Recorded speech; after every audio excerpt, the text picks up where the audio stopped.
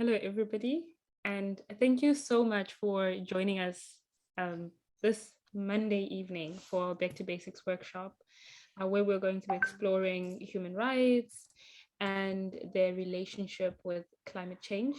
I am Michelle, and I am going to be one of the co-facilitators together with Xoli, that you've been hearing as you were entering. So we're very, very excited.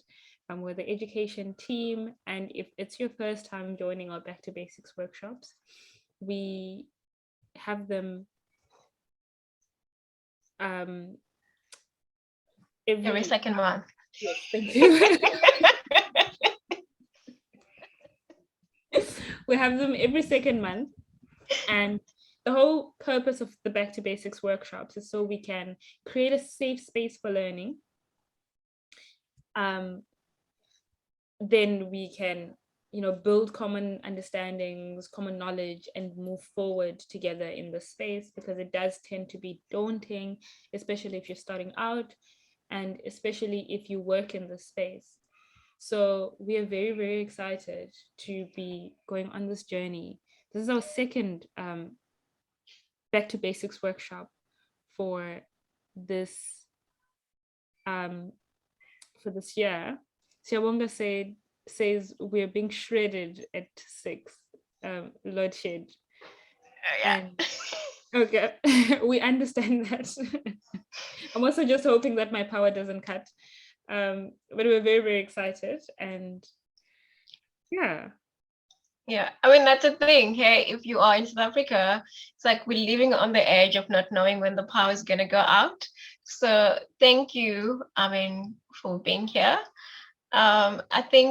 Michelle said it very well, that we are really trying to create a brave, safe space to really deconstruct, these big terminologies, big definitions, or big campaigns, that are happening, that sometimes we find ourselves being involved, but sometimes not knowing how to engage.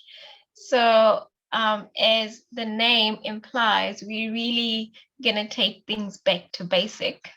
I know sometimes some of us come into this space, wanting to be more empowered and more skilled. So maybe just to name it upfront that this is a space where we're just deconstructing the information, we're taking it back to basic.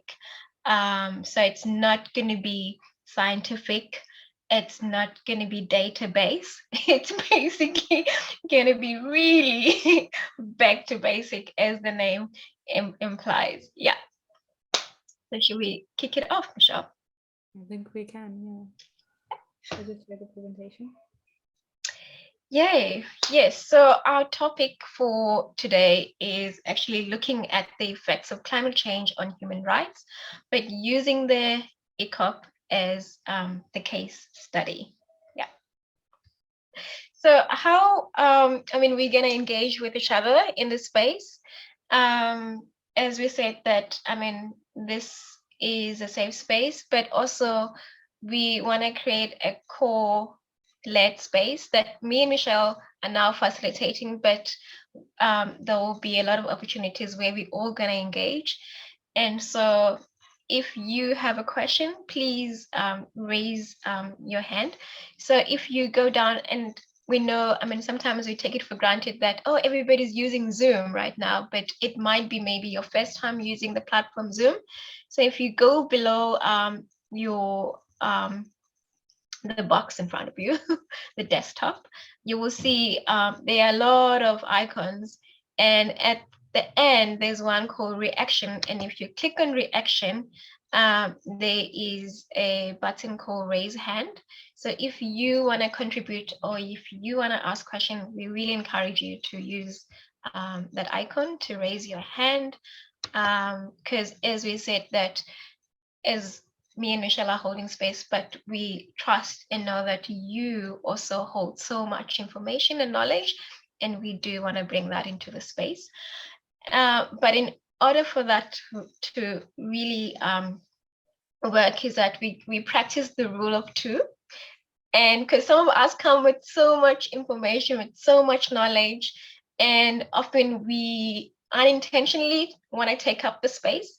So we practice this rule that if you have said something twice, then you give space to other people that haven't spoken. Yeah, because we want to create a space where everybody is interacting and engaging. Also, we also want to be very inclusive. I mean, I speak English and Xhosa, a little bit of Zulu, but I understand that there are many people speaking different languages who don't necessarily feel comfortable in sharing in English. So please feel free to use your own language. Might be Swahili, might be French, might be Portuguese, as long as we can have somebody in the space that can translate for us. But we do welcome everybody speaking in their own indigenous language. And then you are always more welcome to use the chat. If chat could be the space for reflection, it could be also the space for questions, because we know some of us don't feel comfortable in speaking in public spaces or using our voice. So please use the chat for that. Yeah, so can I get a thumbs up if we all agree to use those rules of engagement for our workshop? So you can either hold your thumb up or you could use the emoji. Cool. Nice. I see a lot of thumbs up. Thank you, everybody. We'll move on.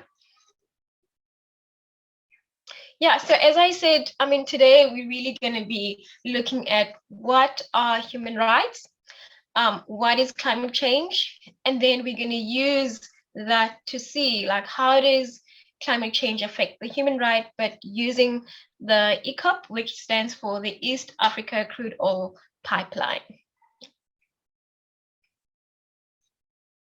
So before we start, we thought to open up with this beautiful invocation, a quote, and it says, by continuing to support the use of fossil fuels as our main source of energy, and by authorizing new oil, gas, and coal production, governments are undermining their obligation under the international law to prevent further foreseeable harms caused by the climate crisis.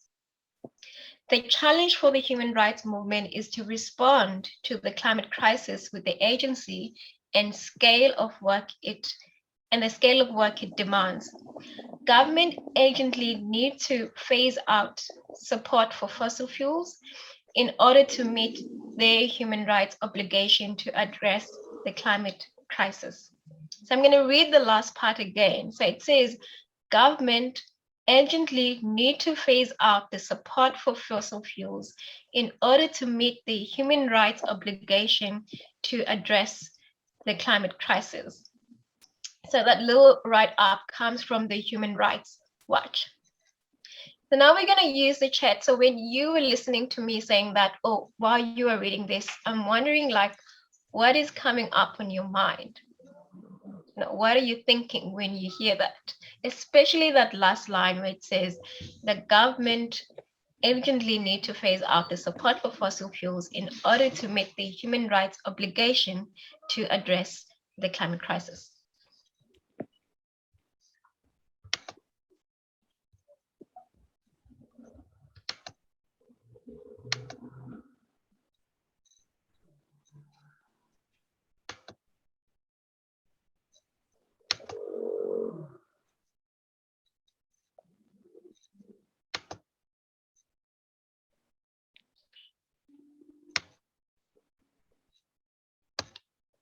And while we think about that, I just wanted to mention that if we cannot find anyone in the room translate your home language, you're more than welcome to use the chat in your home language, and then we can use some translation tools to just put that into English, and then we'll be able to say it back to the group.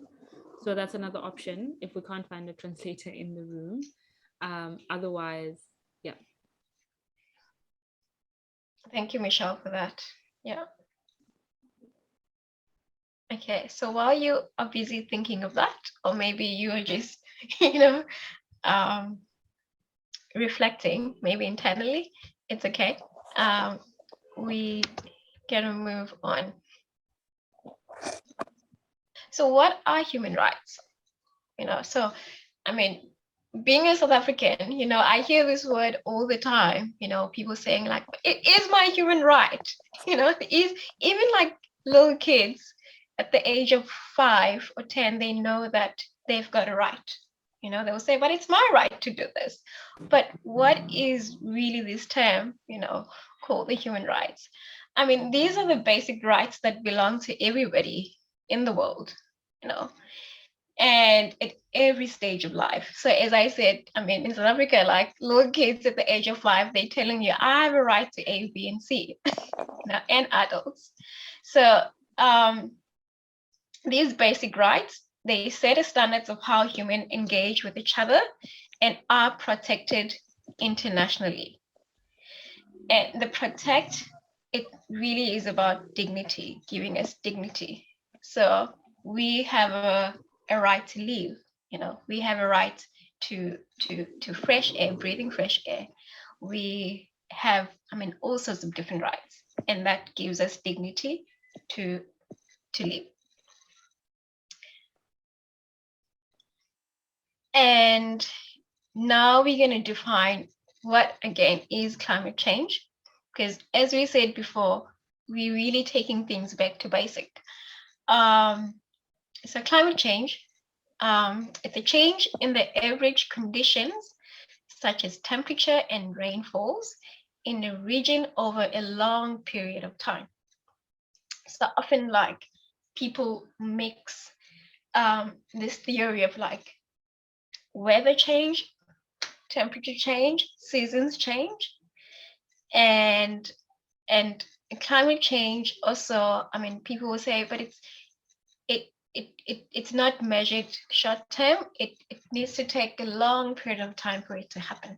And I mean, we are seeing, what is happening, in fact, all around Africa with all the natural disasters that are happening, that it's something that is currently affecting us every single day.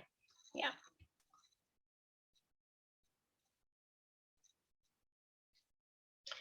So now if we take the human rights and we take climate change and look at the human rights affected by the climate change, so with all the natural disasters that are happening, I mean, that actually affect our right to life. It affects the right to education. It affects the right to shelter. It affects the right to food. It affects the right to water and sanitation, and the rights to self-determination. Yeah. So if we start from the rights, and now if we look at, so how are these human rights, are related, to climate change? And if you look at the term, I mean, climate change in South Africa, it's always been framed as an ecological thing. So it affects the environment, it affects the ecology. And we've forgotten or haven't really find a way to change that narrative in looking at how does that affect human beings, because we live within this ecosystem. Hence now, I mean, a lot of people are talking about climate justice, to really bring in the center the human being, so that we understand that climate change doesn't just affect the land and the environment and the ecology, but it also affects us as human beings. Therefore, our rights are being also affected. So climate change, it is a threat to the right of all in variety like extents, like the animals, as I said, the land, us as human. I mean, the more severe the impacts of climate change, the more difficult it gets to fully enjoy our human rights. I mean, this is to say, if our environments are destroyed in extreme weather events, we lose the right to life, education, self-determination, shelter, food, water, and sanitation, and many more. I mean, I know there's somebody, I think Siyabonga is from KZN, and I'm sure like the fellow Africans, you have seen, on media what is currently happening in KZN. It's been hit by these catastrophic like floods. And often what we don't see on media are the lives that are being affected, because often you will see a home that's floating or a road, that is falling apart, but you don't see the lives that are being impacted on those environments. So currently, we know that the kids are not going to school, so which means their right to education is being impacted. Some communities don't have water, so their right to water is being impacted. We know that a lot of people lost their lives. A lot of people lost their homes. A lot of people lost their jobs. So if you look at all of those things, like what happens when a natural disaster happens and what it encompasses, and then we start to understand that it does really impact our human rights. Yeah.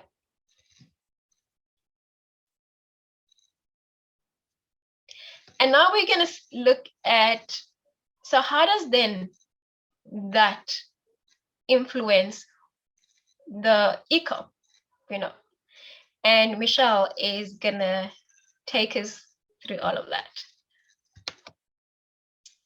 But before, actually, I just want to take some time to read what people wrote in the chat.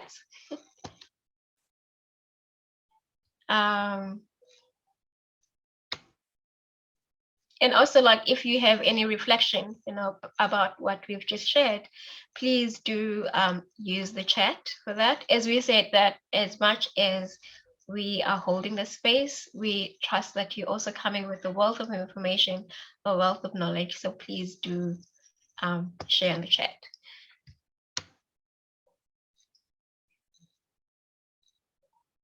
So Padre Pio said the government ought to stop funding or giving incentive to use of fossil fuels. Yes, I mean, it's something that we are definitely advocating for, especially with EACOP.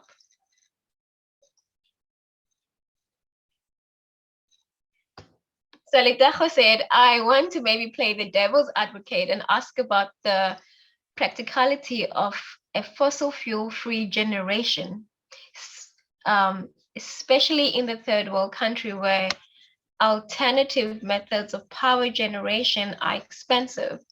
If we are saying governments should urgently support the nation, how urgently can we put alternatives in place?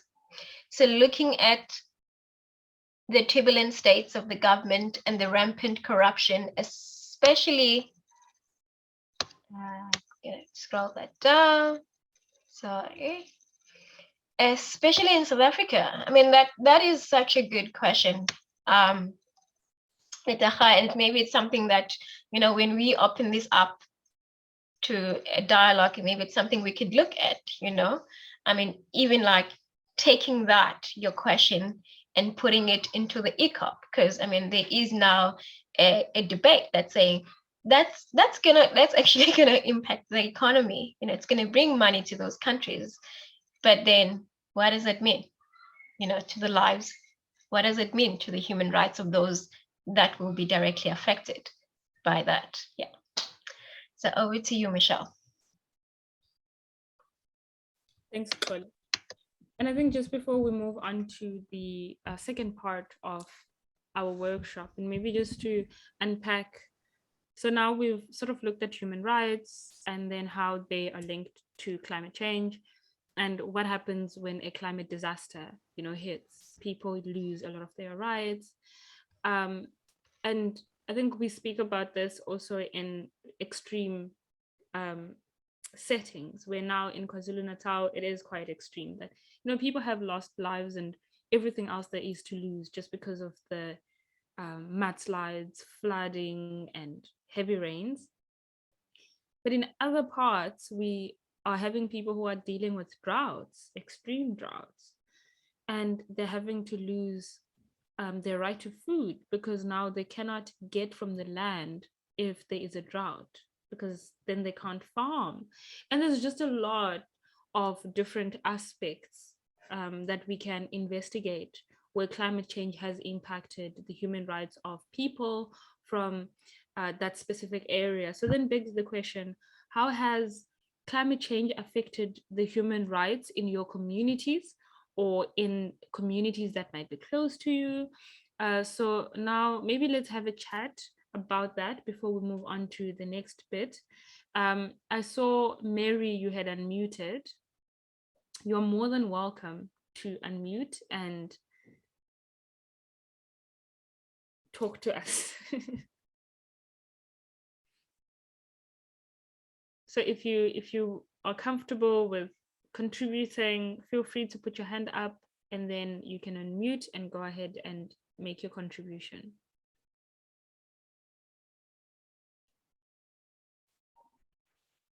Rashid? Yeah, hello.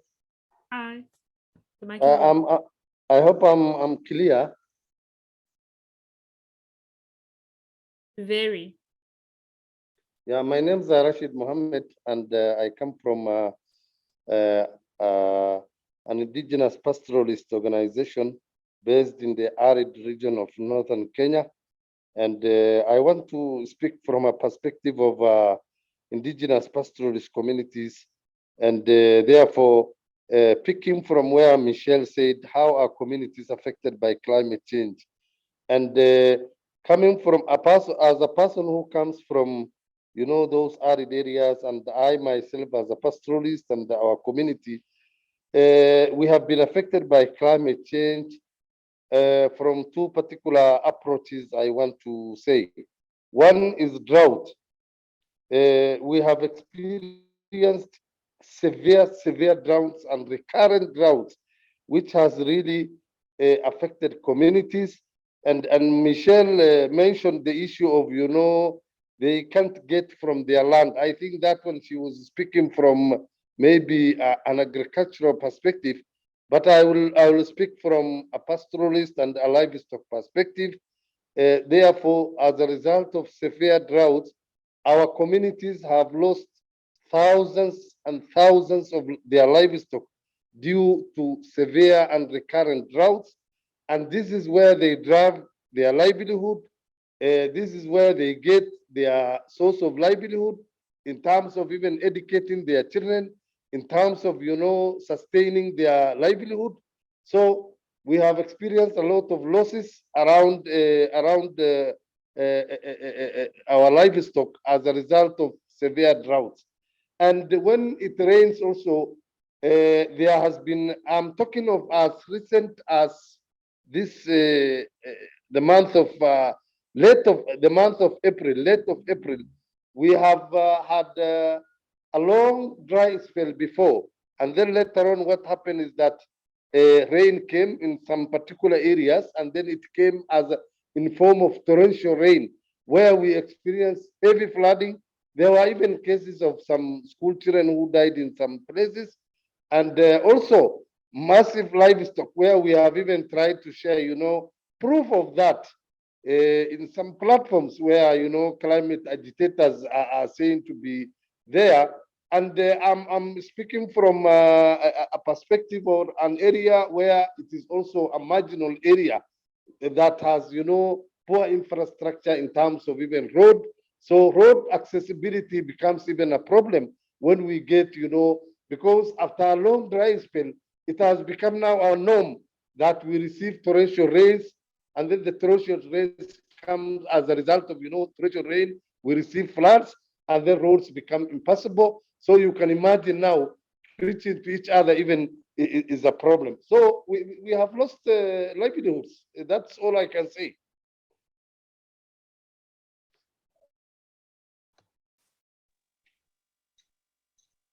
Thank you so much, Rashid. I'm sure there's a lot of people that can relate, to those stories.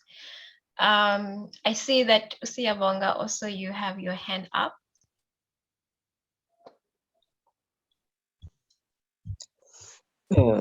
Greetings, fellow comrades.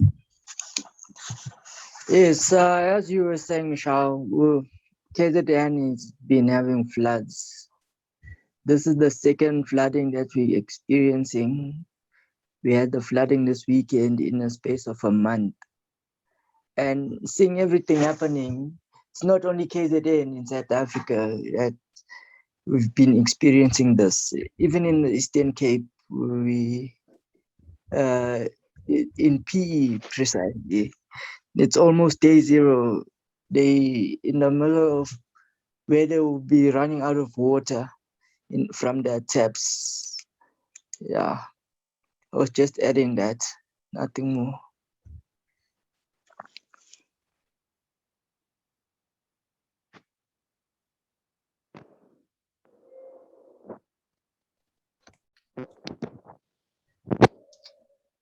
We're muted at the same time. I know. I mean, thank you so much, Siyabonga. Yeah. Yeah, I mean, it's happening, like, and I guess that's why we're here, to really highlight these stories and to speak about, what we are experiencing in our communities. And the more we can really engage the locals, because how many people are empowered, how many people do have access to this information, especially like in the areas that are currently being impacted. Because I mean, if you're talking about in PE, I mean, most of my family is there, and I was speaking to them about the day zero, and most of them, they were blaming God, because of just the lack of access to this information. And also that us really changing that narrative and really linking like the social justice with the climate change, and really looking at like how people are affected socially and how that is an impact of climate change, so that we don't get situations where people are blaming God. People, they know exactly that what is happening, how they're living their lives, is due to climate change. So thank you so much for highlighting that. On the chat, I've just added a PDF document. It's a document that has different terminology, because I've just been noting that we've been using these terminologies, like livelihoods, human rights, and some of them might not be accessible to a lot of people. So we've created a document where we really defining some of those big terminologies, so that you can follow this conversation and be able to engage. So please feel free to download that and use that as a reference. I see Akila wrote on the chat that in South Africa, specifically Western Cape, we have experienced severe and recurrent droughts to the point where the dam levels were low. We almost reached day zero. This, sorry, my computer is a bit slow. So so this has affected the right to access to water, where poor communities were most severely affected by this. Yes, definitely, Akila.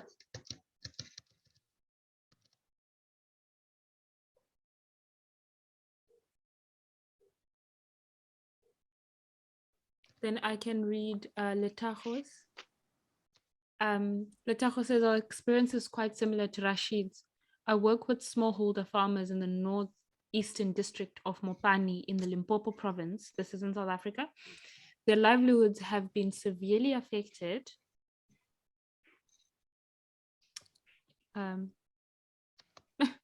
Sorry. What is going on today? Okay, here we go.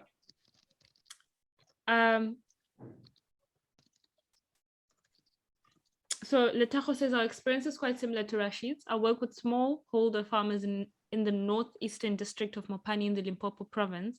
Their livelihoods have been severely affected by prolonged droughts that are often interrupted by torrential rains, which cause floods. This weekend, there's been loss of infrastructure, viable farmlands, and livestock due to the cut-off flow that has caused heavy rains and flooding in the area.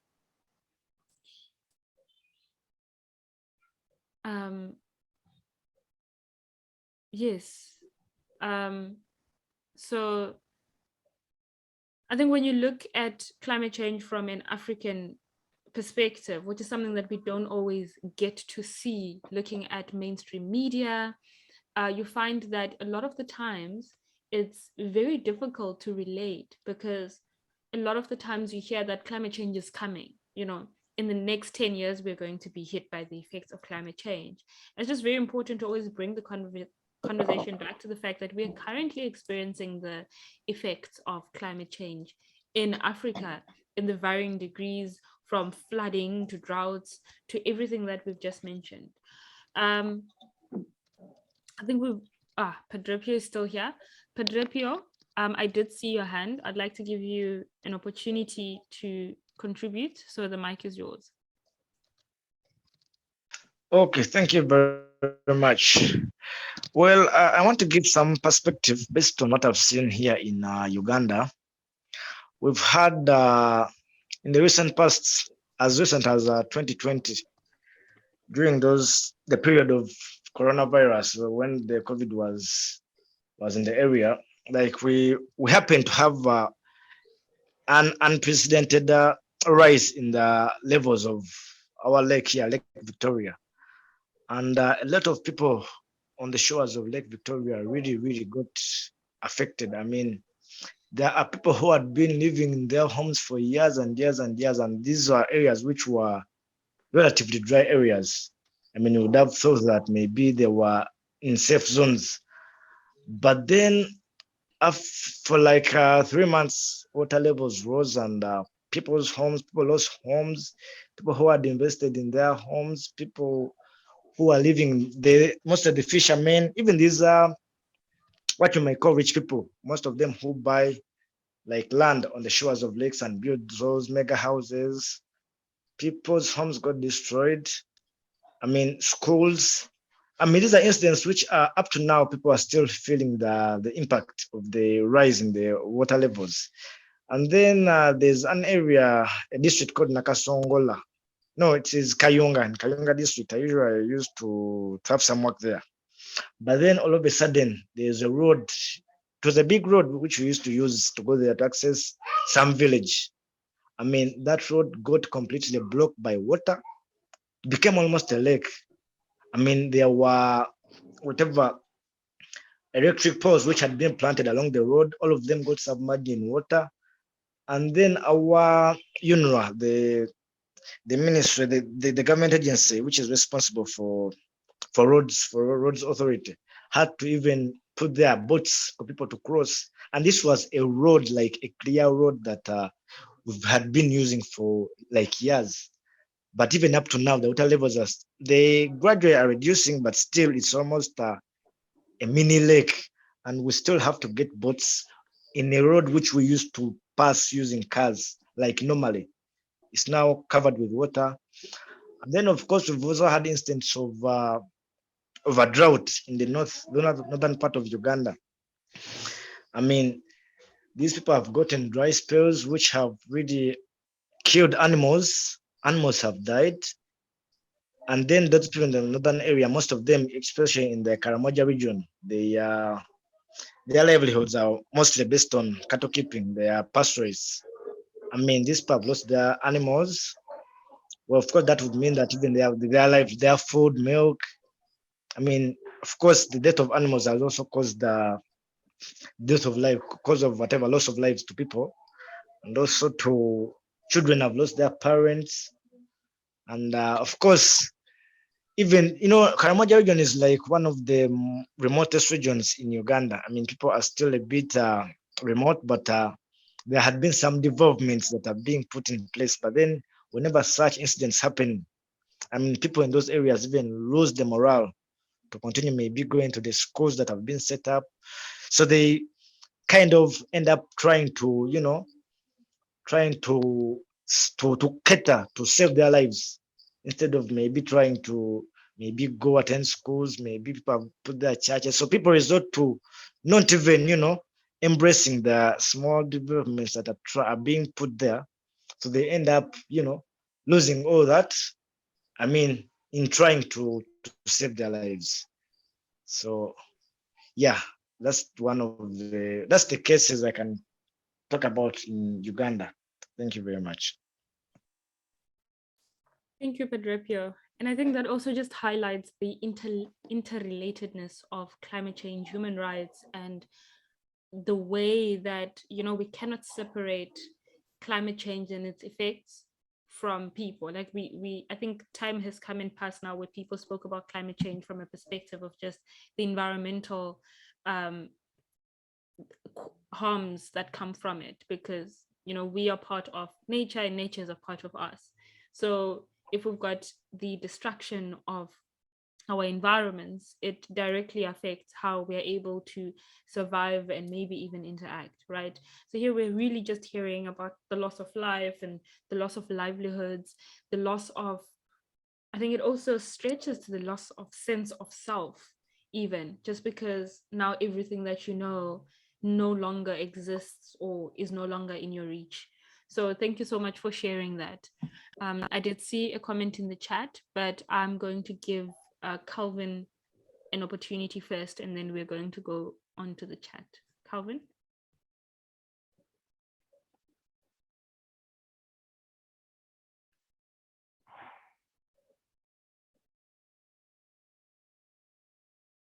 Hi, Calvin. You're welcome to speak.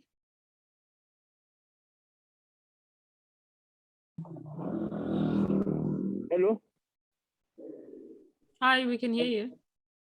You can hear me? Yes. All right, okay. Right, yeah, I'm Kevin Mara from Malawi. Yeah, here in Malawi, experiencing the same situation like they are experiencing in like Zimbabwe and Nigeria. They're experiencing so much floods due to effects of effects of climate change. So, you are hear me? Hello? Yes, we hear you. All right. Yeah, we are experiencing like so much floods and like natural disaster. So we have been the affected countries due to the climate change. So this is what I can talk during this meeting. Thank you. Thank you very much for sharing. I'm almost feeling like we have a bit of a common denominator in the experiences. It's ranging from droughts to flooding, which I think makes sense in the setting that we're in. And then from the chat, we have got from Tafadzwa, who says, similarly here in Zimbabwe, we have had effects of climate change, which has affected the living standards of people, especially farmers, and at the same time being affected by the dwindling economic environment. And this goes back to the way now people are living due to the unpredictable weather patterns. And even up to, excuse me, and even up to date, the victims of the cyclone that hit us some time ago has displaced people, and this has affected the way of life this side. And I think that's actually a very, very important thing to also just look at, the fact that the effects of climate change and people and economies that are affected, they lose sense of, belonging, and they can be displaced for a really long time. I think the cyclone that Tafadzwa is talking about probably hit, if it's not Cyclone Idai, I think it hit some more than 2 years ago. And people are probably still in refugee camps. People are probably still in a holding unit because it's just that bad. And then from Mugisha, Mr. Samogerere, that would be Padrepio, has highlighted almost all the effects of climate change in our Uganda. An additional mark is we are never prepared. How do we get to prepare to avoid the high numbers in loss? Xoli?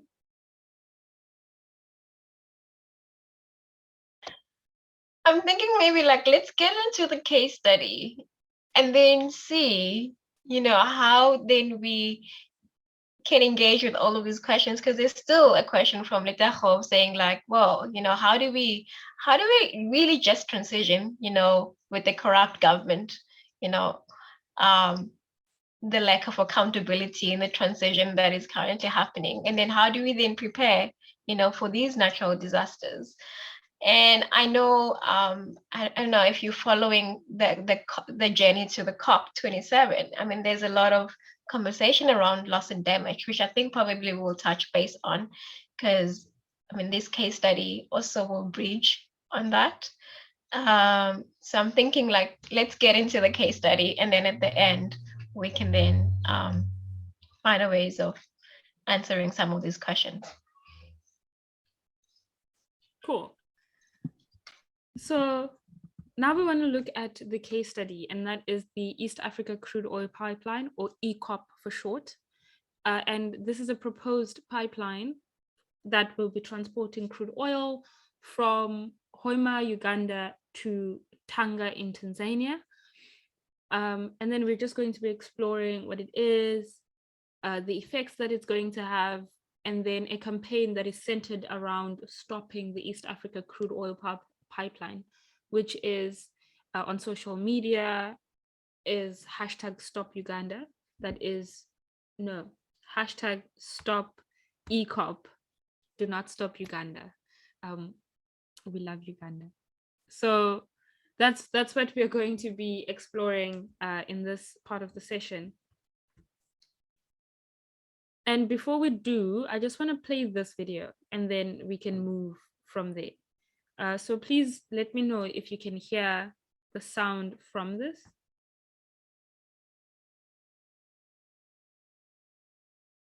Oil is not a resource which is renewable.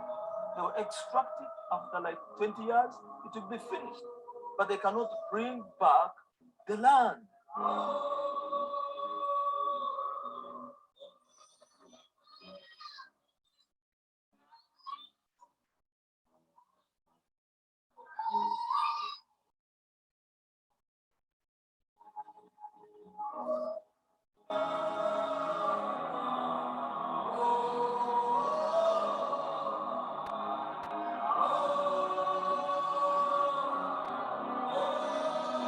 Once oil exploration starts within the lake basin, their machines will be planted, extract oil from ground, which is death caused to the ecosystem, both fish and all fisheries resources within them.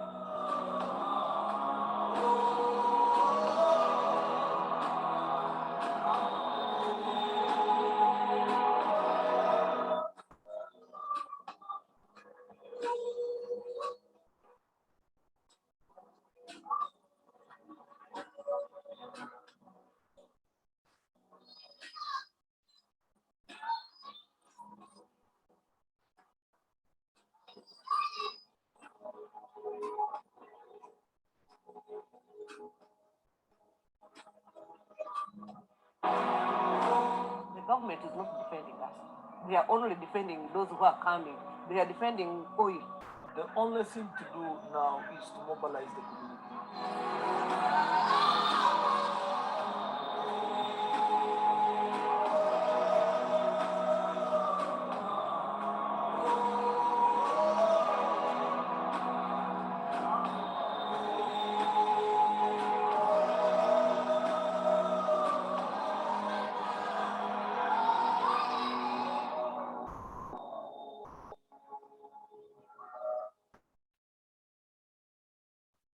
Oil is not a resource which is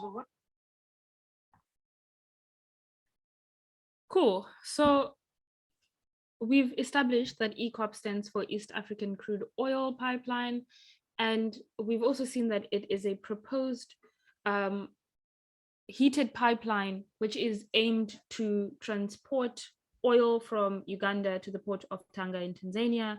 And the people who are essentially responsible for this is Total Energies, China National Bank Offshore Oil Corporation, some commercial banks that we've heard of, so that we may have heard of, SMBC for short, ICBC, as well as other banks, international and local, who might be wanting to actually fund the project, right? So we know that we are now living in a time where we are desperately needing to stop the development of new fossil fuel projects, EACOP being a perfect example, because not only is it a fossil fuel project, it will also cause more carbon emissions to get into our atmosphere, which will speed up the rate at which our climate is changing, meaning that we're going to have much more severe weather, experiences or disasters than we are currently seeing. And it's already bad, right? So EACOP is set to displace a lot of communities as well as endangered wildlife, natural systems, as well as really just bring the world to its knees in terms of the impacts that are going to be experienced from climate change. We've just now seen that there have been Ugandan communities that have expressed concerns over the project, and they have actually rejected it to say, we don't want this, right? So what we're saying is governments are being ignorant and they're not listening to the people's pleas. But also we've got big actors that are responsible for this that are refusing to also listen to the people who are rejecting that. So you also then find that within the system that we live in, people are being treated as disposable, and profit is being put on such a high standard that even if people refuse it, you know, companies and governments are still willing to go ahead with the projects that are harmful, right? So it will intensify climate change and impact the livelihoods of more than 30 million people, both in Uganda and Tanzania. And that is a lot of people to be impacted by one project, one. Two, such a harmful project to be displacing communities, to be worsening the effects of climate change, to be impacting wildlife in such an intense way, as well as destroying the natural surrounds that exist, right? So all of these are just problems that are coming with the proposed project of the crude oil pipeline. It is set to affect people. I've spoken briefly about the people who are said to be impacted by it. It will affect nature as well as our climate. And that's what we're just going to explore in the second bit. So when it comes to the people, we've got close to a third of people, close to a third of the pipeline that will run through Africa's largest lake, Lake Victoria. And a lot of people depend on Lake Victoria for things like fishing.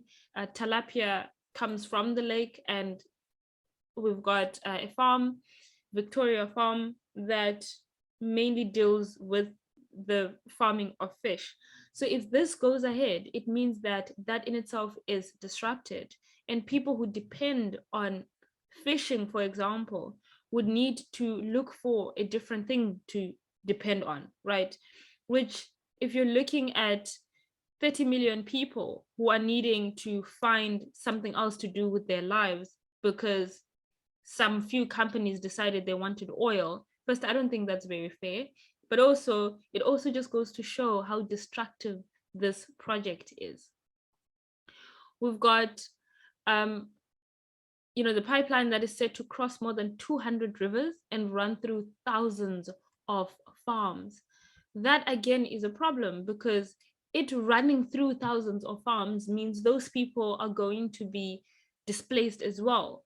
Because what happens is, a lot of the times when companies as big as Total Energies come and they're very determined, they will forcibly remove people from their land and their area just so they can go ahead with a project that will bring them profit.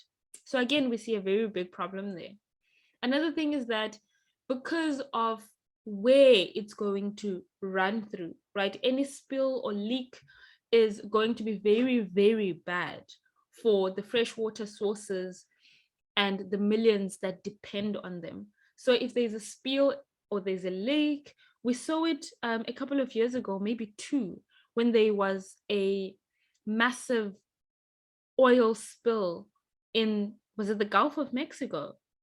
Xoli, I've forgotten, but the sea was literally on fire because oil had spilled and it caught fire, and people were struggling, right, to put it out.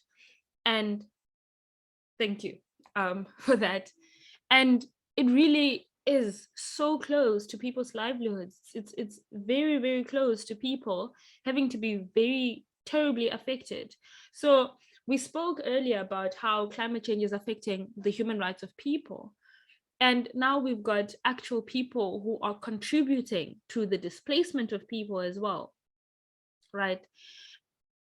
Like we see here, over 100,000 people across East Africa are set to lose the land they rely on for agricultural activity, and many will be removed from their homes forcefully, like I mentioned earlier. So we heard in the contributions earlier about how not only are people losing land in the form of their crops dying off or not being able to come through, but also the livestock, animal agriculture, for even it's at a small scale level, people are no longer going to be able to do that because they would have been forcibly removed from those areas so that we could make room for a crude oil pipeline, which is going to badly affect our climate and speed up the effects of climate change. Where we've had cyclones in the past, we're going to have terribly angrier cyclones and more frequently.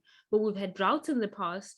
We are seeing, even currently, we're seeing the increased frequency of droughts. We're seeing flooding that's coming, like we've just heard in KZN, the second flooding within a month. And it never used to be like this. But because of climate change and projects such as EACOP, we're finding that this is going to only become worse, right? So this is how people are going to be affected. And then the climate is going to be affected in this way. We've got natural systems and animals that will be affected and even destroyed through the construction, especially if there is a leak or a spill, right? We've got animals that literally rely on the lake for food, for shelter. We've got fish and other animals that if that water is tampered with or contaminated, it means we're losing so much, not just the animals, but also the environment in itself, because then the water is no longer usable. So then it becomes inaccessible as well to the people who rely on this natural system, even for sustenance and other such things.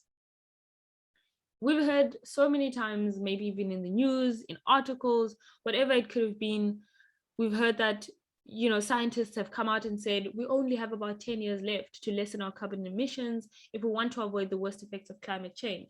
However, there is this project EACOP that is set to generate over 34 million extra tons of carbon emissions each year and is being proposed to be built. We've got about 10 years, or at the time of research, it was about 10 years, which has gone down now, right? We are moving closer to closing the window where we can actually act. And we're proposing, or Total Energies and its partners are proposing to get into construction for a pipeline that is really just going to have devastating effects. So that's how the climate is going to be affected, right? And with that obviously comes harsher weather conditions that we've mentioned earlier. So where it was hot, it will only get hotter. Where it was cold, it will only get colder. Where it had really heavy rains, it will be flooding. And these are all just effects. of what could happen if climate change gets worse. And in terms of nature, we know that we can never separate people from nature, right? We had mentioned this earlier. And we will see that any negative impact on people is a negative impact on nature too, and vice versa. So in the case where, if we can just take it back a little bit to KZN, where we've seen people whose environment has been destroyed, that has directly negatively impacted their lives as well. So from loss of housing, loss of access to food, loss of access to resources, education even. I read an article that was talking about how since the first round of floods, there had been people who were housed in government holding structures, right? Temporary structures. And this was because of the recent flood. But then the article took us back to a couple of years back, and people who had been affected by the floods that had hit the area so many years ago had also never been able to recover from it. So we're still in similar, the same holding cells. So now you are having this problem where it's just very difficult to deal with, right? So we see that this is needing to be dealt with. Like, we need to stop EACOP, essentially.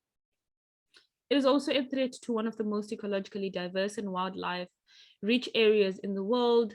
In the little clip that I played earlier, we saw that we have, just by going ahead with this project, we risk losing the African elephant and I think the African chimpanzee, which are indigenous to that region. So that means not only are we driving the environment to its limit, we're also in the process contributing to the extinction of yet another group of animals, right? Which again is very problematic. It also comes from, so people in the region have come to voice how what makes the East African region is also the beauty that comes with the ecological diversity. So the tourism sector there, instead of really, going ahead with the project, why not reinvest in the tourism experience that is already so beautiful and so rich, and is currently servicing so many people, and also speaks to the idea of green jobs, right? And moving away from fossil fuels that are threatening life as we know it. Bill McKibben has said that the proposed route looks almost as if it were drawn to endanger as many animals as possible. So nature really is, at this point, in danger, from just the environment, the greenery, to the actual, animals and the diversity, wildlife that sort of lives there.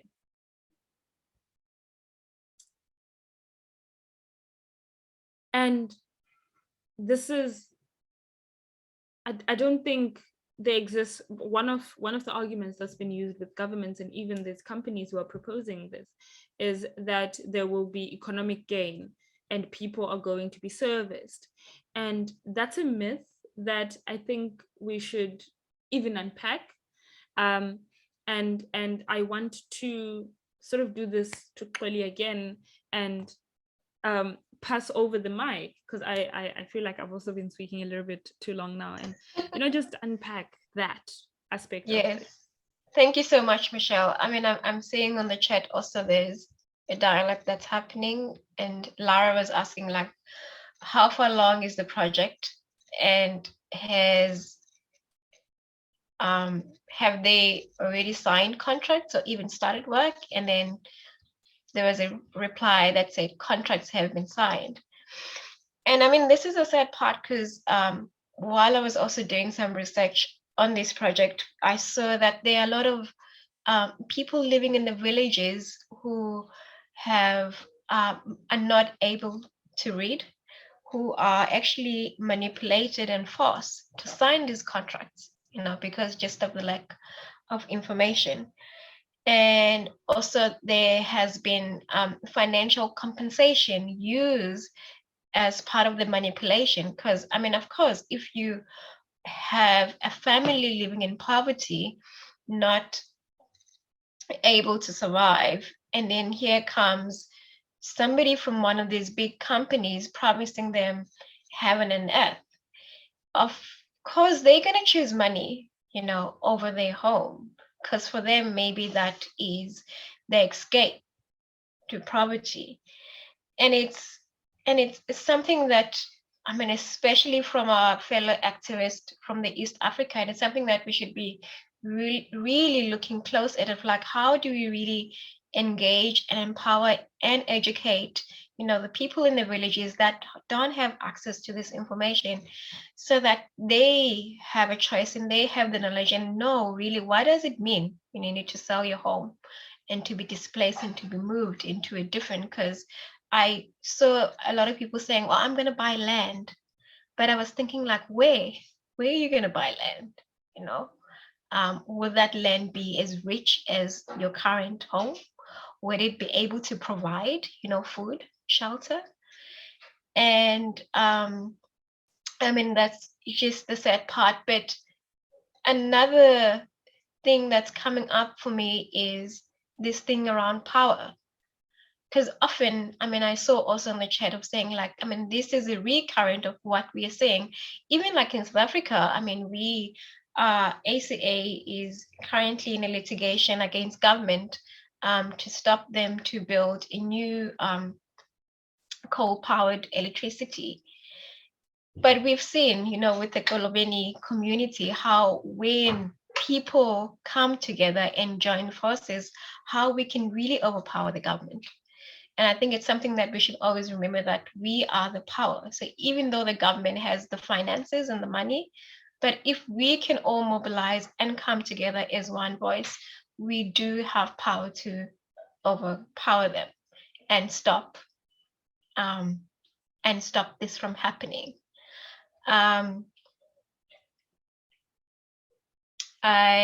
see that on the chat also. Rashid is asking, just gonna go up quickly, and maybe now we should open this up to you, to comment. And Rashid is asking, like, what is the level of advocacy for the community that is affected by this project? And again, that's a question I keep asking myself, especially when I see clips of people saying, I'm going to buy land, I'm going to welcome this money because I didn't have it, people being manipulated to sign these contracts, to sign these agreements. So how are we engaging those people? How are we engaging those communities? How are we empowering them to really see that this is not freedom, and especially for those that are coming from the East, it just really will be insightful to hear how are these communities being engaged. And Tafanzo also wrote, also to talk on human and animal conflict caused by climate change. Animals are migrating to areas, where people lives, and that's on its own that cause an increase in the death of people by elephant and zim. Maybe not only in or other areas. I believe we have found the best solution of addressing these challenges, because we humans, at the end of the day, our activities are responsible for climate change. Yes, definitely, Tafanza. It's something also we don't think about, when these animals are being threatened, like, where do they migrate? Where do they move? And what does that mean, to the livelihoods of people in those areas? And definitely human beings, we are the threat, I often say that the environment and nature can survive on its own. It doesn't need us, human beings, even though, now we kind of like in the 11th hour of saving our planet, But if you can really remove the human beings, the planet will survive. It will survive. But as long as we are exploiting it, that then cause threat, but not to just it, but to also us as human beings. And then that affects our human rights. I'm wondering if there's someone else who would like to contribute. There is one in the chat from Akila, which says, it seems to be a common trend for extractive industries wanting to displace local and indigenous communities of their land. We observe it with EACOP, and we see it with proposed oil and gas drilling in the Okavango Delta, and then also in SA with oil, in South Africa with oil and gas exploration on the West Coast and on the Wild Coast, which has been thankfully halted. Several months ago, the people won against these extractive industries, and the people had taken, it was Shell to court to say Shell cannot do this. And thankfully, I think it also just speaks back to what Xoli was talking about, how we as people, when we stand united, we have the power. The government might have the money and maybe even the means, but if we say no to something, we'll be able to really stand our ground. And a lot of the times, the positives, such as halting such activities, come out of it.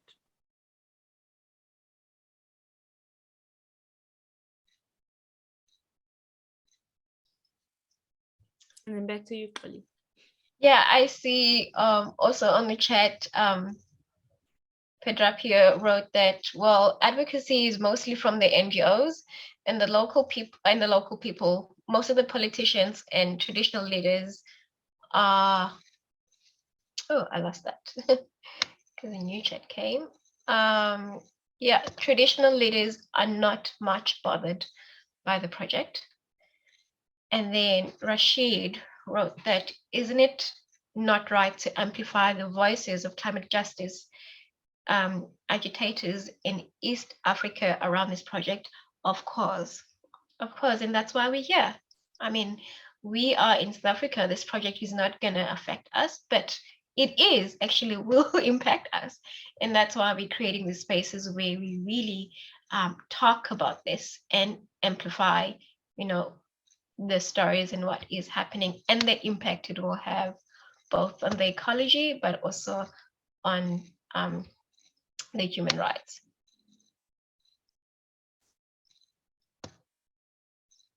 And I'm wondering how else can we really create spaces where we continuously amplifying the voices of those that will be impacted in East Africa.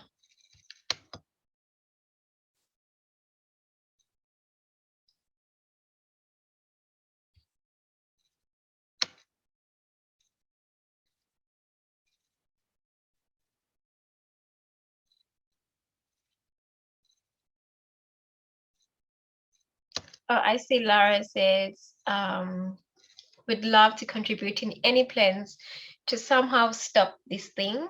Have a great evening. Yeah, Lara, if you can, on Wednesday, actually, we're going to be holding a webinar, a dialogue, where we will have a scientist from Uganda and an activist from Kenya who are actively actually advocating for this project, who would share some insights, especially from grassroots levels, like people that are currently will be impacted.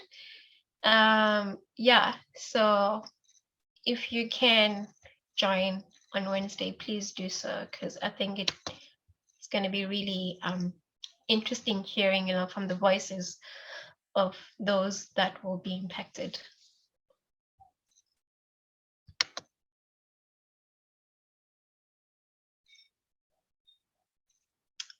Rashid, yes, yeah.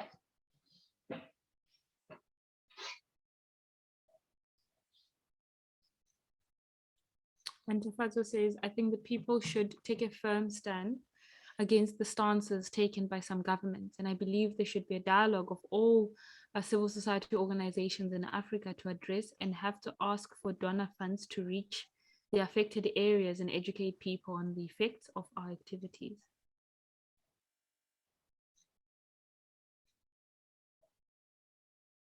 Then Archie Ford says, taking from the EACOP project, you can see the irony in our leaders. They're the ones to make community commitments to the multilateral agreements on climate change, even unrealistic ones on mitigation.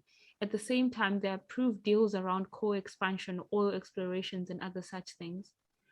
I think it lies in the desperate nature of those in power, or it is in their selfish interest in approving such dangerous deals. Even if they compensate the local communities financially, no amount of money can compensate the emotional attachment of people to their ancestral lands. Yeah, I mean, definitely. Yeah, and it's I guess it's the devil that we are all fighting. Yes, Rashid, we will definitely post the link to the Wednesday dialogue so that you can register. And Michelle, I think Michelle ended with a question around the jobs, and those that we would be impacted, because often that is the what's the English word? The English just ran away from me. Okay, it's my second language anyway.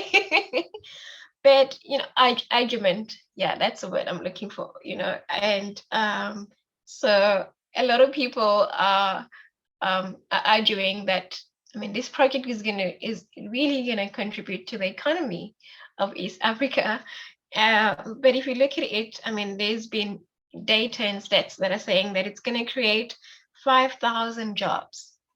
And if you take that and you compare it to how many people that will be impacted, Michelle said on that presentation that there's going to be more than 100,000 people that will be impacted. And you compare that to 5,000 jobs that will be created.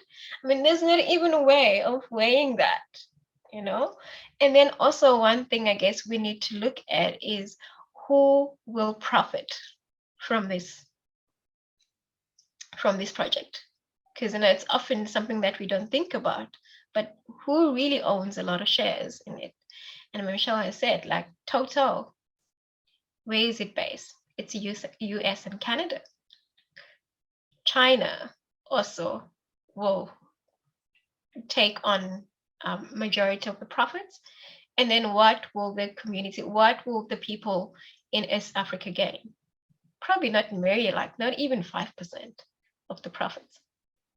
So it's something that we also need to be looking at, when we're looking at this project and think, they really gonna benefit our economy, but who's taking the bigger money home? Totally, it would not be the people. Yeah.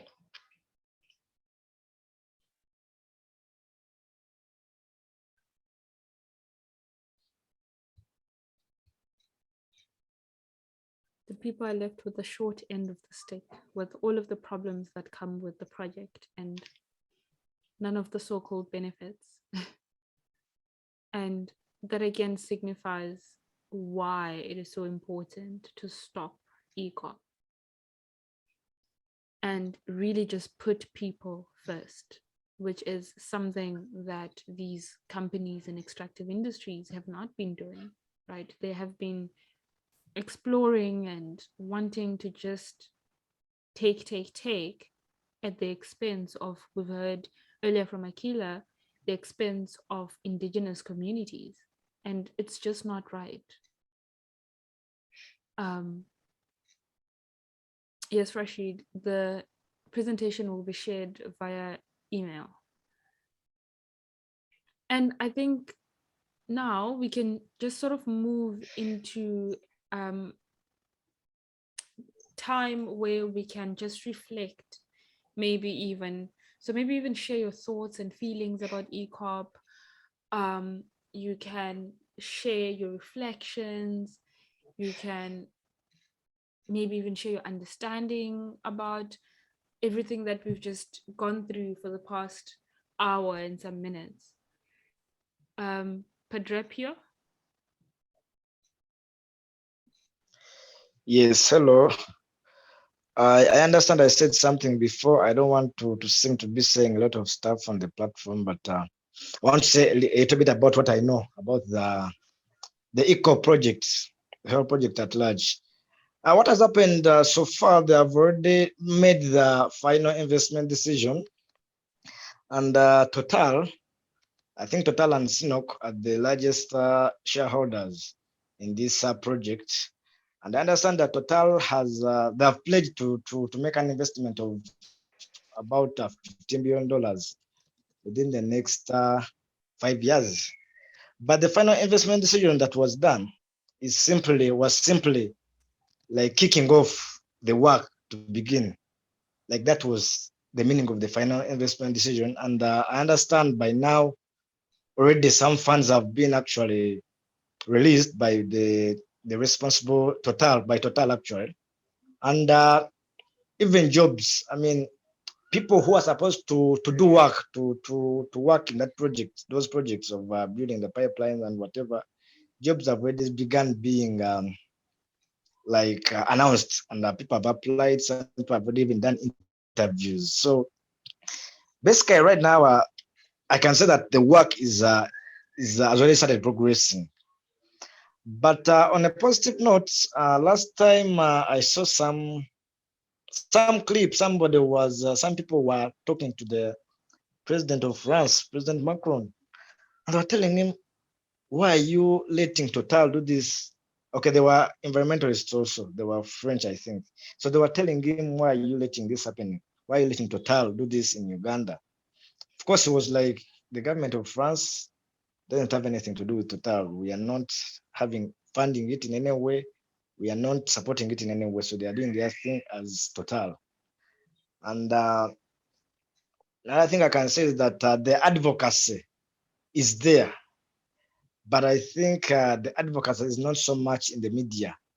Like it's not being maybe covered so much, because personally, I didn't know much about the advocacy till the final investment decision was done. Because during that ceremony, the president talked about it. The president of Uganda was like telling the local leaders that, okay, these people are there complaining. What, you know what? Don't frustrate them. Let them do their work.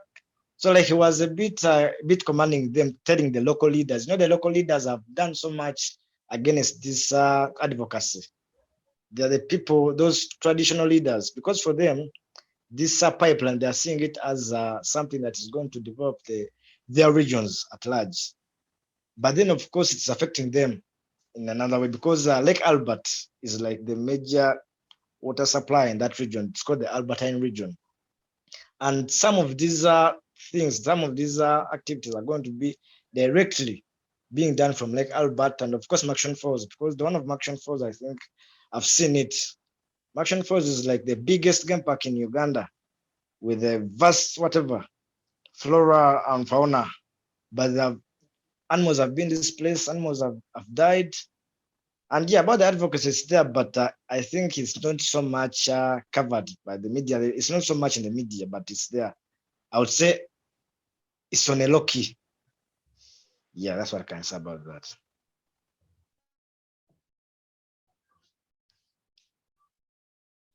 Thank you so much, Pedrapia. Thank you so much. I saw Knowledge wrote on the chat that it is important to carry out a cost-benefit analysis for the oil pipeline project and draw a conclusion based on facts. Yes, definitely. Only if our government was logic, and really cared for the lives of human beings, they would definitely draw their conclusions based on that, based on facts. But I mean, we are seeing that profits and money is on the top of their priorities. But I mean, I think that doesn't really mean that we should be despondent or stop. As I said before, I mean, we've seen there's been now a lot of litigation around, against government, a lot of people coming together in masses, uniting and really fighting the corruption, fighting the government and winning actually, and really stopping these big projects. And I think the more we can really amplify those voices and talk about what is happening so that the masses know, have the information, the more we can then be inspired to act. So thank you all so much for today. I mean, we have come to the end of our workshop. Thank you all. Please do keep in touch. We are on Instagram, on Facebook. On Facebook, we actually have a dedicated group for youth activists.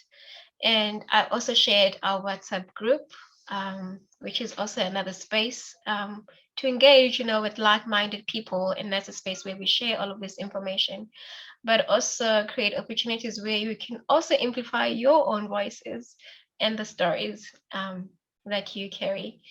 Yeah, and hope to see you all on Wednesday, actually. Yeah. Michelle, do you have anything?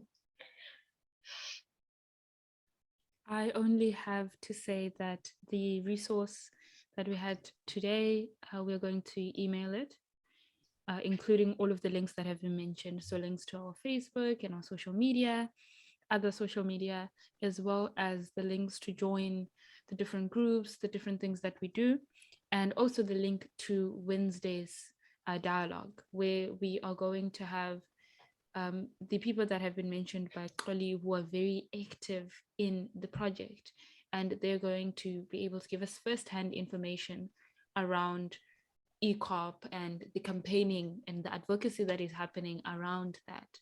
So thank you guys for spending your Monday with us. We really appreciate it, and for being very interactive and engaging.